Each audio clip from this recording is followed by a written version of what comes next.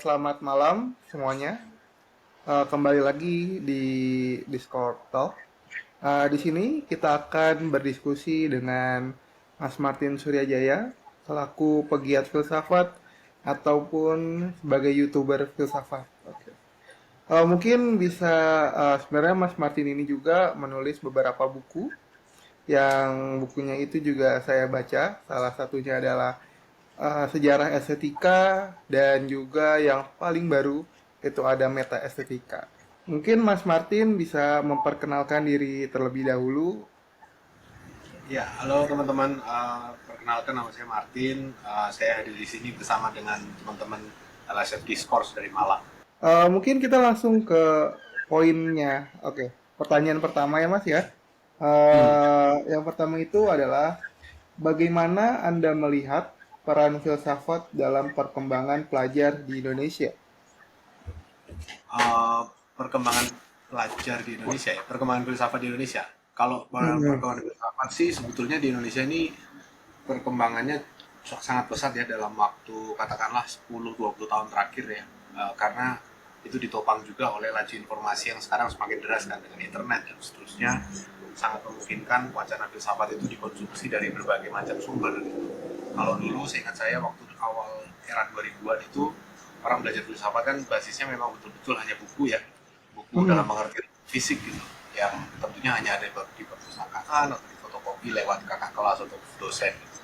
Sehingga wacana filsafat itu berkembangnya lebih lambat karena menunggu laju pertukaran buku kan lebih lambat juga buku fisik ya. Sedangkan Hmm. sekarang informasi tentang filsafat bisa datang dari mana saja dalam bentuk internet, dalam bentuk apa berbagai macam file e-book ataupun video YouTube, sehingga orang itu update-nya dengan begitu cepat gitu ya. Apa yang terbaru terjadi hari ini di katakanlah di Eropa, di Amerika, di Cina, di Jepang itu di Indonesia juga langsung bisa mengakses informasinya. Jadi itu membuat filsafat di Indonesia sekarang cepat sekali perkembangannya. Oke, itu kan lebih ke pelajar. Untuk pelajar seni ataupun pegiat seni itu seperti apa Mas kira-kira Kalau untuk pegiat perkembangannya? seni, sebetulnya filsafat itu semakin banyak dikonsumsi dalam bentuk yang populer ya. Artinya Hmm. orang menggunakan teori-teori filsafat untuk keperluan praktik kekaryaan mereka, terutama mereka banyak baca-baca literatur yang beredar mengenai filsafat ya dalam bentuk video populer. Contohnya salah satu mahasiswa saya itu sangat suka sekali, dia orang fotografer, anak film, Hmm. sangat suka dengan Heidegger, dengan Kierkegaard. Dia baca-baca itu dan menurut dia itu sangat membantu dia untuk mengkreasi fotografinya gitu ya. Jadi artinya dalam penciptaannya pun juga sangat menggunakan inspirasi dari filsafat, terutama filsafat yang bisa relate ya, seperti eksistensialisme seperti itu. Sebenarnya cukup menarik sih mempermadukan fotografi dengan filsafat seperti itu. Oke, untuk pertanyaan kedua sebenarnya, menurut Mas, bagaimana filsafat dapat membantu pelajar dalam kehidupan berkarya, baik di lingkungan akademis maupun lainnya? Ya sebenarnya untuk pelajar secara umum itu filsafat itu sangat membantu karena dia akan menyediakan landasan berpikir ya, landasan berpikir yang membuat kita mudah mempelajari sembarang ilmu gitu. Jadi kalau kita mau mendalami ilmu di luar filsafat pun, kalau kita punya bekal filsafat akan lebih jauh lebih mudah gitu ya, karena dia memberikan kepada kita itu disiplin untuk kemudian memproses informasi secara kritis, kemudian merumuskan pemikiran secara sistematis dan seterusnya. Itu yang membuat orang yang belajar filsafat, seorang pelajar yang terpapar pada filsafat akan jauh lebih lancar dalam mempelajari berbagai macam ilmu-ilmu lainnya. Gitu. Dan itu rasanya yang paling penting ya, yang membuat kita uh, memiliki semacam growth mindset ya, mindset untuk tumbuh untuk kemudian bisa mengembangkan diri lewat berbagai macam ilmu. Oke.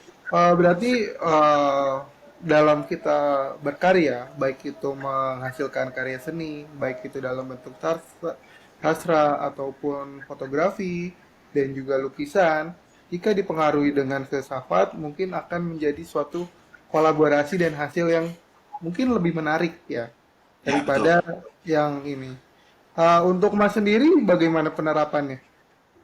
Kalau saya memang banyak ya memakai filsafat ketika menggarap tema-tema terkait kesenian misalnya. Ketika kita Hmm. bicara tentang perkembangan seni kontemporer, itu kan agak susah dilihat atau dibedakan lagi berdasarkan definisi yang baku ya, seni itu apa, karena seni sudah mencair menjadi begitu Hmm. banyak hal yang sekilas seperti bukan kesenian gitu. Nah, oleh karena itu perlu semacam kepekaan filosofis ya untuk melihat itu perkaranya gitu. Kalau kita pakai cara berpikir yang non filosofis, yang saklek gitu ya, yang melihat segala bentuk pengetahuan itu terbagi-bagi, nggak ada hubungannya satu sama lain, maka kita akan kesulitan melihat perkembangan seni kontemporer.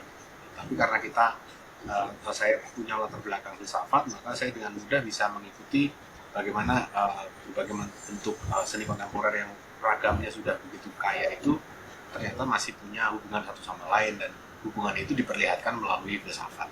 Jadi bagaimana kita melihat relasi di antara berbagai hal yang sekilas tidak berhubungan itu adalah kepekaan yang dilatih oleh filsafat sebenarnya. Itu yang membuat kita bisa mengakses seni secara lebih komprehensif di era yang begitu chaos seperti sekarang ini ya. Benar, benar. Menarik sih kayak gitu. Mungkin apa ya? Kita coba lagi ke pertanyaan selanjutnya. Sebenarnya apa manfaat utama belajar filsafat bagi pelajar seni ataupun pegiat seni yang tidak menekuni bidang filsafat secara akademis?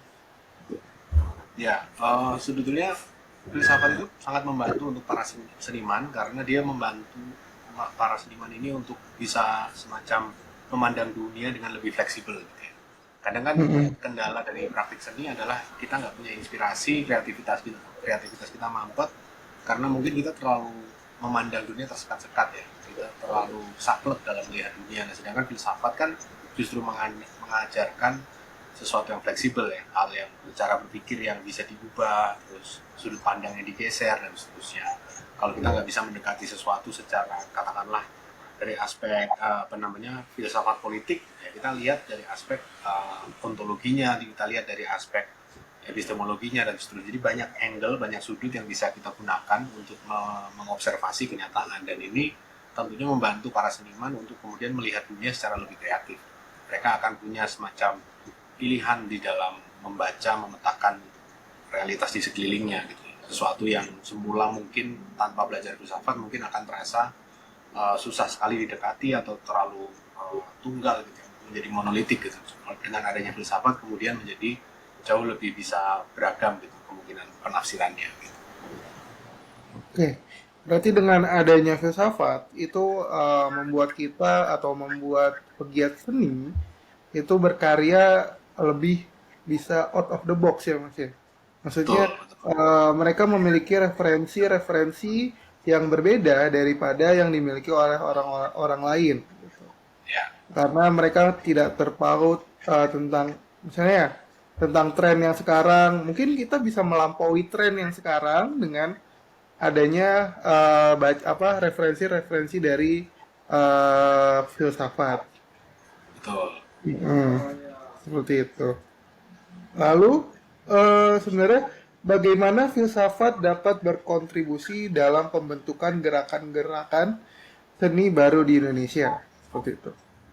Ya, kalau kita bicara tentang gerakan kesenian, tentu mereka kan diikat oleh program ya, oleh Hmm. semacam manifesto atau satu pandangan. Nah, namanya pandangan atau program itu kan pasti harus punya semacam konsistensi internal ya. Dia harus punya hubungan di antara pemikiran-pemikiran itu harus terwujud secara sistematis gitu. Nah, itu tujuan disitulah peran dari filsafat ya. Filsafat membantu para seniman merumuskan agenda yang akan mereka usung itu apa.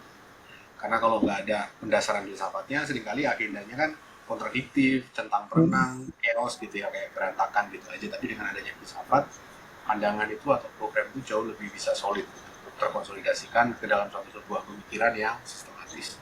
Sehingga program itu jadi lebih punya daya tawar terhadap medan sosial yang mau dihadapinya gitu. Dan itu yang rasanya akan susah kalau nggak pakai filsafat gitu ya. Kalau cuma berdasarkan naluri saja itu nggak akan bisa menjamin konsistensi internal dari gagasan, karena kalau kita ngomong gerakan otomatis kita tadi itu ya ngomong program dan ngomong konsistensi dari pemikiran. Oke. Sebenarnya di Indonesia ini apakah ada gerakan-gerakan seni baru Dan juga apakah sebenarnya ada kelompok-kelompok yang mencoba untuk membangkitkan seni-seni lebih membumi lagi, mengenalkan kepada orang-orang, kepada masyarakat. Ini loh apa namanya karya-karya seni yang baru seperti itu.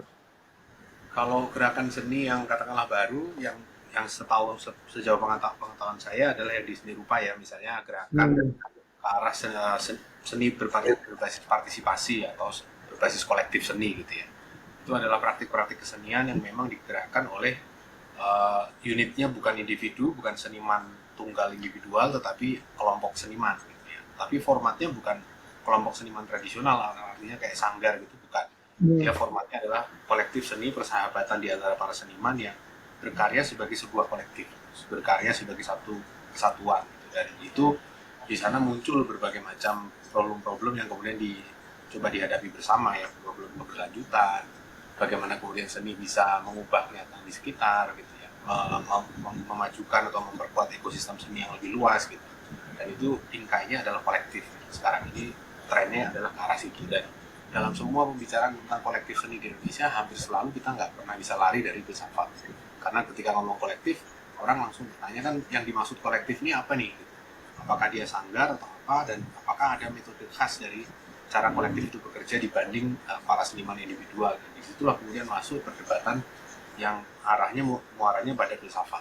Kalau kalau teman-teman tertarik bisa membaca misalnya buku antologi seperti Fixer ya, itu kumpulan tulisan yang merefleksikan praktik seni kolektif dalam 10 tahun terakhir ini gitu. Itu membahas berbagai macam termasuk juga filsafat dari kolektif seni gitu. Itu akan menarik untuk kemudian jadi rujukan. Oke. Berarti sebenarnya sih emang lagi gencar sih gerakan-gerakan karena mungkin dalam setahun ini mungkin di Jakarta itu udah banyak, udah ada ratusan exhibition ya Mas ya. Karya-karya Ya, seni baik itu di mana di gedung-gedung ataupun di tim juga lagi rajin ya Mas ya aktivitasnya di ya Taman betul. Ismail Marzuki. Tuh, pokoknya keseni bagaimana mereka mencoba untuk mengenalkan kembali seni-seni baik itu seni-seni yang lampau ataupun seni yang sudah terbarui seperti itu. Ya betul. Tuh, oke. Terus lalu sekiranya apa metode terbaik untuk mengajarkan filsafat kepada pelajar seni agar mereka dapat menerapkan dalam proses berkarya mereka? Kalau yang saya biasa ajarkan di IKJ ya, itu adalah pendekatan tentang apa namanya berbagai macam metode dalam menafsirkan karya seni dan kemudian menggunakannya di dalam praktik kekaryaan mereka gitu. Jadi berbagai macam pendekatan dalam melihat seni kan banyak tuh. Ada misalnya pendekatan modernis gitu yang kemudian teorinya berfokus pada kekhasan wahana, ada juga pendekatan yang institusional yang melihat bahwa seni itu persoalan relasi sosial dan institusi di belakangnya gitu.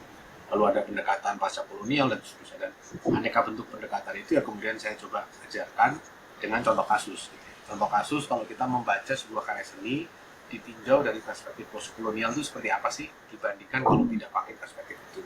Contohnya bisa ambil misalnya pasangan dari karya lukisannya Pineman sama Raden Saleh ya yang menggambarkan Hmm. Diponegoro, lalu kita bedah secara postkolonial dua karya itu. Lalu dari situlah kemudian para seniman pelaku seni itu bisa mulai melihat bahwa ternyata di hadapan suatu karya seni itu ada banyak kemungkinan penafsiran yang berbeda yang bisa diperkaya lewat filsafat. Nah itu cara saya untuk kemudian mengajarkan bagaimana para seniman bisa ikut juga memperoleh wawasan filsafat. Oke, misalnya mungkin bisa jelasin nggak Mas sedikit kan dalam buku Mas yang baru yang Meta Estetika itu juga membicarakan mengenai metode kan. Nah, Ya, metodenya itu kira-kira seperti apa Mas? Mungkin ini bisa sebagai referensi bagi orang yang ingin membaca buku ini gitu loh Mas, Meta oke. Estetika. Ya, meta estetika sendiri adalah suatu buku yang saya tulis untuk tujuannya adalah untuk merapikan berbagai macam pendekatan kritik seni, kritik seni, kritik budaya gitu kan. Ada banyak sekali pendekatan, banyak sekali isme lah. Kalau kita deretkan itu bisa daftarnya bisa ratusan bahkan mungkin ribuan ya. dari isme-isme itu. Dan orang kan nggak tahu hubungan satu sama lain ya, yang selain hubungan kronologis ya. Seringkali dalam buku pengantar kan pertama-tama ada formalisme di awal abad ke-20, lalu kemudian dilanjut dengan strukturalisme, lalu apalagi dan seterusnya. Isme-isme seperti itu sampai kosmo, pasca kolonial dan seterusnya. Tapi hubungan di antara berbagai teori itu kan nggak pernah terjelaskan. Nah, buku metaestetika itu bermaksud untuk kemudian menjelaskan hubungan secara formal di antara berbagai teori itu. Dan saya memperlihatkan bahwa keseluruhan pendekatan dalam melihat seni, dalam melakukan kritik seni, itu bisa diklasifikasi secara formal ke dalam 3 modalitas utama. Yang pertama modalitas cakupan, jadi seberapa lebar kita mau membaca fenomenanya. Kalau kita bicara karya seni saja, berarti kita modalitasnya sempit. Sedangkan kalau kita mau membaca karya seni dan dunia di sekitarnya, konteksnya, maka cara membaca kita lebar. Itu dari segi modalitas pertama. Modalitas kedua adalah modalitas jarak. Kita bisa membacanya secara dekat atau secara jauh. Secara dekat itu artinya kita melakukan analisis yang mendetil terhadap suatu karya, atau bahkan melakukan analisis sendiri terhadap praktik kekaryaan kita, pengalaman sendiri. Itu yang kemudian disebut autoetnografi, bacaan yang sangat dekat. Tapi sebaliknya juga bisa ada pembacaan yang jauh, yaitu ketika kita meminjam perangkat digital untuk kemudian membaca data di balik suatu karya, melakukan analisis statistik terhadap data terhadap misalnya ratusan atau ribuan karya seni. Itu adalah pembacaan yang jauh. Jadi dari segi modalitas jarak bisa dibedakan jauh atau dekatnya. Dan modalitas ketiga adalah modalitas semantik. Yang saya maksud semantik adalah soal bagaimana kita menafsirkan makna dari sebuah tanda di dalam karya. Kalau kita mengartikan si tanda itu secara harfiah, sebagaimana dia muncul di dalam karya, maka itu disebut sebagai pembacaan yang dangkal ya. Dia superficial, ya fokus pada permukaannya. Tapi kan kita juga seringkali dalam konteks pengaruh ilmu sosial seringkali membaca secara dalam ya. Membaca tanda itu melihatnya sebagai alegori dari sesuatu yang lain. Misalnya melihat fenomena tokoh dalam novel, kita mengaitkannya dengan patriarki atau dengan eksploitasi kelas, kapitalisme dan seterusnya gitu ya. Maka itu kita membaca secara dalam, atau dengan kata lain membaca secara simptomatik. Kita melihat teks itu sebagai gejala dari suatu problem sosial budaya yang lebih luas. Nah, itu adalah pembacaan dalam. Jadi ada 3 modalitas tadi, lebar atau sempit, dekat atau jauh, dalam atau dangkal. Dan ketiganya ini, 3 modalitas ini bisa bervariasi bersama gitu. Misalnya ada satu jenis kelompok pembacaan yang sifatnya itu sempit, dekat, dangkal. Contohnya adalah pendekatan modernis dalam memandang seni, ya. Melihat seni sebagai sesuatu yang memiliki nilai pada dirinya sendiri, harusnya diisolasi dari konteks sosialnya dan dianalisis secara dekat, kemudian dimaknai secara personal, dan juga lingkupnya sangat-sangat terbatas pada karya seni itu, tidak memandang konteks sosial yang lebih luas. Itu contoh dari pembacaan yang sempit, dekat, dangkal. Nah, variasi yang lain juga ada 8. Di dalam buku Metaestetika ini saya menguraikan 8 model umum dari cara kita membaca gejala seni atau karya seni gitu. Dan semua ini adalah klasifikasi yang sifatnya formal ya, morfologinya. Jadi bukan ngomongin ismenya, nggak ngomongin ideologinya, tapi ngomongin bentuk kritiknya itu sendiri gitu. Klasifikasi atas bentuk kritik. Nah, kurang lebih begitu. Oke, mungkin ada pertanyaan tambahan. Kira-kira jika kita sebagai seorang seniman, kira-kira apakah ada tokoh filsafat atau buku filsafat yang menurut Mas ini wajib untuk kita pelajari, kita pahami, selain yang buku ontologi yang Mas sebutkan. Tapi mungkin bisa diulas juga sih yang mengenai buku ontologi yang tadi. Seperti itu. Um, buku buku filsafat maksudnya ya. Ya, buku filsafat. Banyak sih kalau mau belajar untuk pelaku seni yang ingin tertarik dengan filsafat, tentu bisa mulai dari buku-buku pengantar dulu ya. Artinya bagi yang tertarik dengan tema tertentu langsung saja masuk ke tema yang di dalam itu. Mungkin nggak perlu membaca keseluruhan sejarah filsafat ya, tapi paling nggak misalnya dia tertarik dengan masalah kebertubuhan ya, carilah buku yang berkaitan dengan Introduction to Body Studies, misalnya kajian tubuh gitu. Itu akan mengungkapkan berbagai macam cara mendekati persoalan tubuh gitu ya. Bagaimana tubuh itu dialami, tubuh itu diteorikan, dibahas dalam ilmu-ilmu dan seterusnya. Misalnya seperti itu. Jadi intinya tidak ada satu buku utama, tapi gunakanlah buku-buku pengantar sehingga bisa membantu Anda untuk kemudian masuk ke dalam isu secara lebih baik gitu. Isunya itu bisa apa saja, mulai dari apapun yang memang teman-teman tertarik, karena seringkali seniman kan itu ya, mereka langsung fokus pada satu isu gitu. Misalnya mereka Hmm. berkarya dengan perspektif non human yang melibatkan bakteri dan seterusnya, ya masuk aja langsung ke kajian tentang antroposen atau filsafat non human gitu, misalnya seperti Bruno Latour gitu ya. Dan tidak perlu ngulang lagi dari awal dari Plato, Aristoteles dan seterusnya gitu, karena seringkali seniman nggak cukup punya waktu dan sistematika untuk kemudian membahas atau mempelajari semuanya gitu. Saya pikir pendekatan yang sifatnya tematik itu jauh lebih berguna. Oh, berarti memang pada dasarnya ya kalau misalnya kita ingin mencari referensi bagi seniman, langsung tertuju atau fokus pada apa yang ingin kita kembangkan. Seperti itu ya Mas Ya, ya. Lalu sekiranya menurut Mas sejauh mana teknologi dan media digital dapat digunakan untuk mengajarkan filsafat kepada pelajar seni ataupun pegiat seni? ya, sangat membantu ya teknologi itu, karena kan seringkali apa namanya, filsafat itu terbatas pada teks ya, tapi kan kita dalam berpikir kan seringkali menggunakan gambar ya, visualisasi, penggunaan diagram dan seterusnya. Nah, teknologi itu memfasilitasi itu gitu. Kita bisa bikin apa namanya, mind mapping gitu misalnya, dengan menggunakan aplikasi seperti Miro, banyak lainnya, Canva, yang bisa memungkinkan proses mind mapping itu bisa dilakukan, dan sehingga klarifikasi terhadap pemikiran berbagai macam isme itu bisa dengan mudah dilakukan. Itu kegunaan dari aplikasi mind mapping misalnya. Terus contoh lainnya adalah ya, kita uh, menggunakan berbagai macam kanal digital itu untuk memperoleh informasi ya, seperti YouTube atau apa namanya, berbagai macam situs yang berisi informasi seperti kamus gitu ya, kayak yang digunakan di filsafat itu seringkali adalah Plato Stanford ya, yang suatu website yang isinya adalah kamus segala macam konsep filsafat yang paling up to date, yang dikelola oleh Stanford University gitu. Dan itu biasanya menjadi rujukan utama gitu. Dan itu juga bisa digunakan. Jadi banyak sekali perangkat digital ini yang bisa digunakan untuk mempelajari filsafat ya. Untuk para seniman biasanya mereka akan lebih mudah kalau yang ada tidak sepenuhnya teks ya, ada unsur media lainnya gitu, misalnya entah itu bentuknya seperti YouTube yang bisa didengar, Spotify gitu, atau mind mapping tadi ya, gambar dan seterusnya seperti itu. Menarik sih sebenarnya. Emang pada dasarnya dengan adanya teknologi ini bukan menjadi sebuah alasan ya, tapi lebih sebagai alat pembantu untuk mengembangkan karya seni dengan memperoleh referensi-referensi dari manapun ataupun membuat mapping ya kan yang mempermudah untuk memfokuskan proses pembuatan karya seni.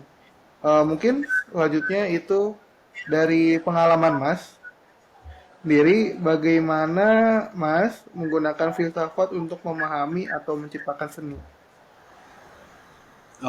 Iya, kalau saya menciptakan seni kan dalam arti itu sastra ya, saya nulis novel gitu, puisi gitu.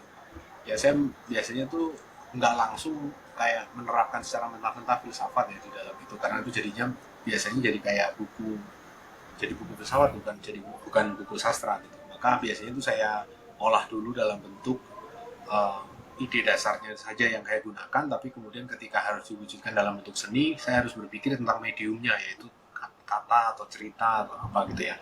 Sehingga harus diterjemahkan si filsafat itu, konten itu ke dalam suatu medium gitu, dan nggak bisa di copy paste mentah-mentah dimasukkan ke dalam suara tokoh-tokoh di dalam novel gitu, karena itu akan membuatnya jadi ya buku filsafat bukan buku sastra gitu. Jadi tantangan utama filsafat yang mau diterapkan dalam seni adalah filsafat itu harus diencerkan dulu gitu, diencerkan ke dalam medium, dia harus Hmm. ikut aturannya medium, aturan dari si cabang seni yang kita garap itu gitu.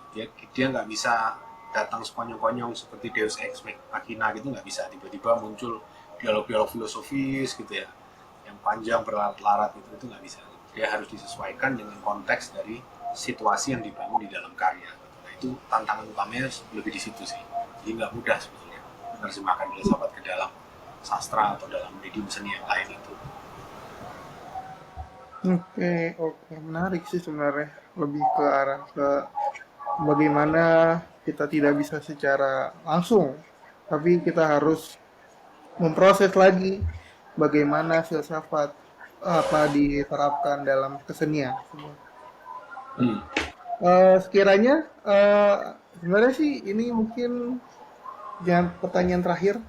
Sebenarnya apakah Mas memiliki pesan khusus untuk para pendidik seni atau pelajar seni tentang pentingnya memasukkan filsafat dalam pembelajaran mereka?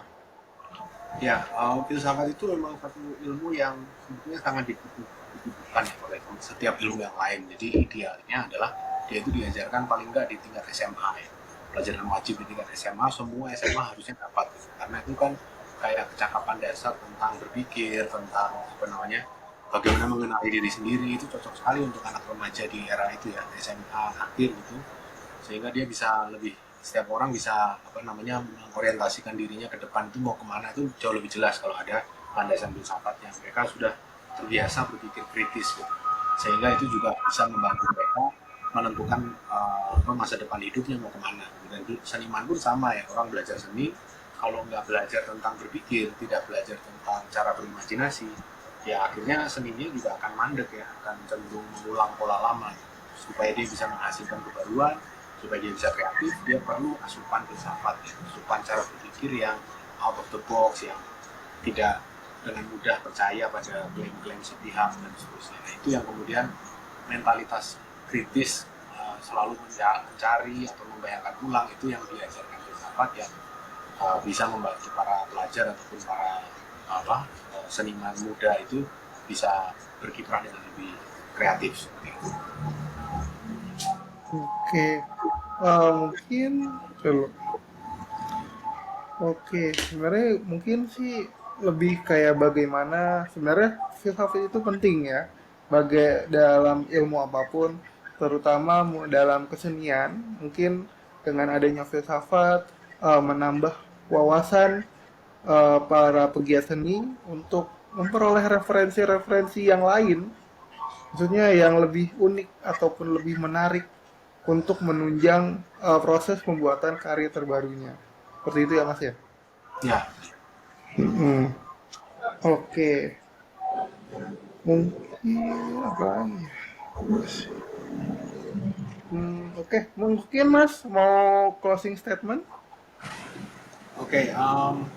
Intinya kalau kita bicara filsafat ya, di Indonesia ini memang satu wilayah pengkajian yang belum terlalu ramai ya. Artinya di dalam dunia akademik kan dia hanya satu fakultas gitu. Padahal seharusnya dia itu dipersepsi sebagai ilmu paling dasar, sehingga harus dipelajari oleh setiap mahasiswa atau bahkan setiap anak sekolah ya, sekolah menengah gitu, sebagai dasar untuk kemudian bisa berpikir lebih sistematis, lebih jernih, dan lebih kritis gitu. Itu yang kemudian akan membantu banyak hal, terutama para mahasiswa yang nantinya masuk ke jurusan yang kreatif seperti misalnya seni ya. Orang tidak mungkin menjadi kreatif kalau nggak pernah berpikir alternatif ya, berpikir dengan cara berpikir yang lain, bereksperimen dengan aneka perspektif, dan di filsafat lah aneka perspektif itu diasah, difasilitasi atau didiskusikan sehingga orang itu kemudian lebih bisa memandang dunia secara lebih terbuka, lebih rileks, sehingga hasilnya pun pemikirannya juga jauh lebih kreatif. Nah itu yang secara umum manfaat dari filsafat untuk pendidikan secara umum ataupun untuk pendidikan seni. Oke. Mungkin saya akan membuat kesimpulan dari wawancara ini. Yang pertama adalah bahwa filsafat ini memiliki peran penting dalam mendukung perkembangan pelajar seni di Indonesia. Filsafat tidak hanya membantu mereka memahami seni dalam konteks sosial, budaya, dan historis, tetapi juga melatih keterampilan berpikir kritis dan reflektif. Betul seperti itu, Mas? Betul. Lalu, manfaat utama filsafat bagi pelajar seni, baik yang menekuni maupun tidak menekuni filsafat secara akademis, terletak membantu mereka untuk membentuk cara pandang mereka yang lebih mendalam, baik itu terhadap seni ataupun kehidupan. Ya, lalu filsafat pada saat ini juga bisa menjadi sebuah inspirasi untuk melahirkan gerakan-gerakan seni yang baru berlandaskan dengan pemikiran kritis terhadap isu-isu lokal maupun global. Iya, seperti itu. Lalu mungkin kurang lebih seperti itu ya Mas ya. Ya, Pembahasan mengenai bagaimana manfaat filsafat bagi pelajar yang ada di Indonesia ini. Oke. Oke, mungkin sekian dari saya. Terima kasih Mas Martin oke. Suryajaya